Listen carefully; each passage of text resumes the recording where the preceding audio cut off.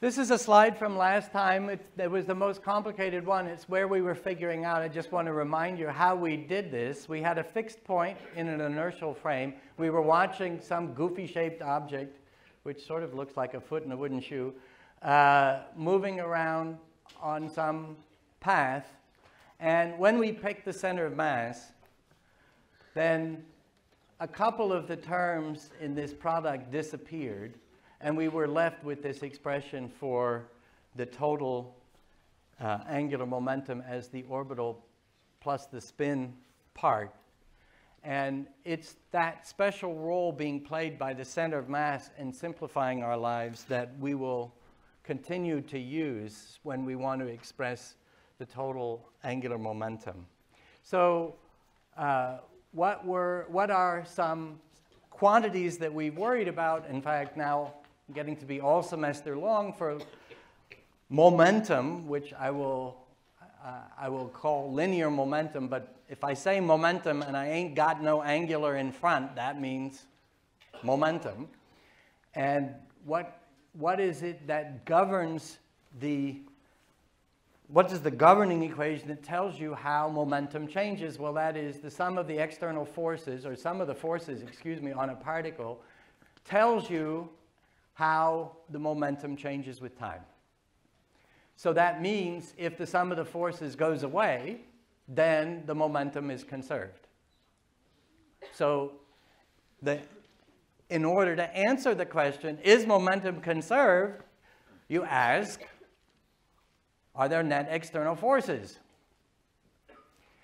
And this is a vector equation, so if there are external forces in one direction, but there are no external forces in an orthogonal direction, then the momentum in that orthogonal direction where there are no external forces must be conserved.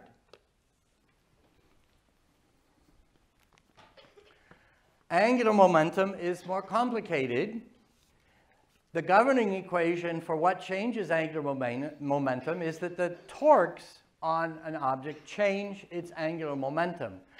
But unlike force, I have an additional degree of freedom when I talk about angular momentum, which is I get to pick a reference point fixed in an inertial frame. Or when I'm worrying about changes in angular momentum, I can worry only about, I can use as a reference point the center of mass, even if it is moving. And that's the only special point that can be moving around for which this equation will work.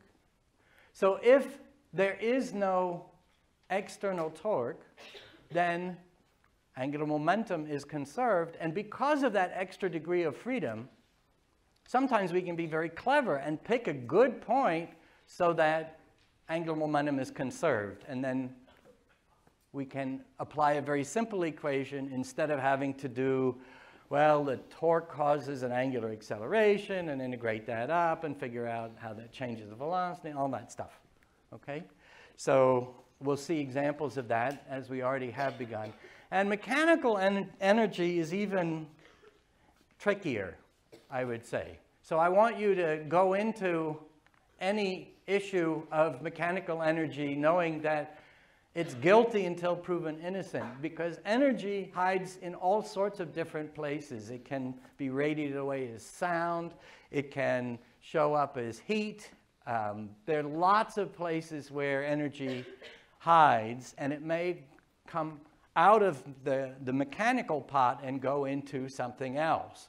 So how do I know when energy is conserved? Well, what changes the sum of the kinetic and the potential energy will be the net work done by all the forces that aren't included in the potential. Remember, we were talking about conservative and non-conservative forces. So the conservative forces, we express their behavior in terms of the potential, but things like kinetic friction is not describable by a potential, and so if there's work associated with sliding friction, then we would need to factor that in. On the other hand, if there isn't, then we can use initial energy is final energy. And if we can, that's good because that's a scalar and that's easy.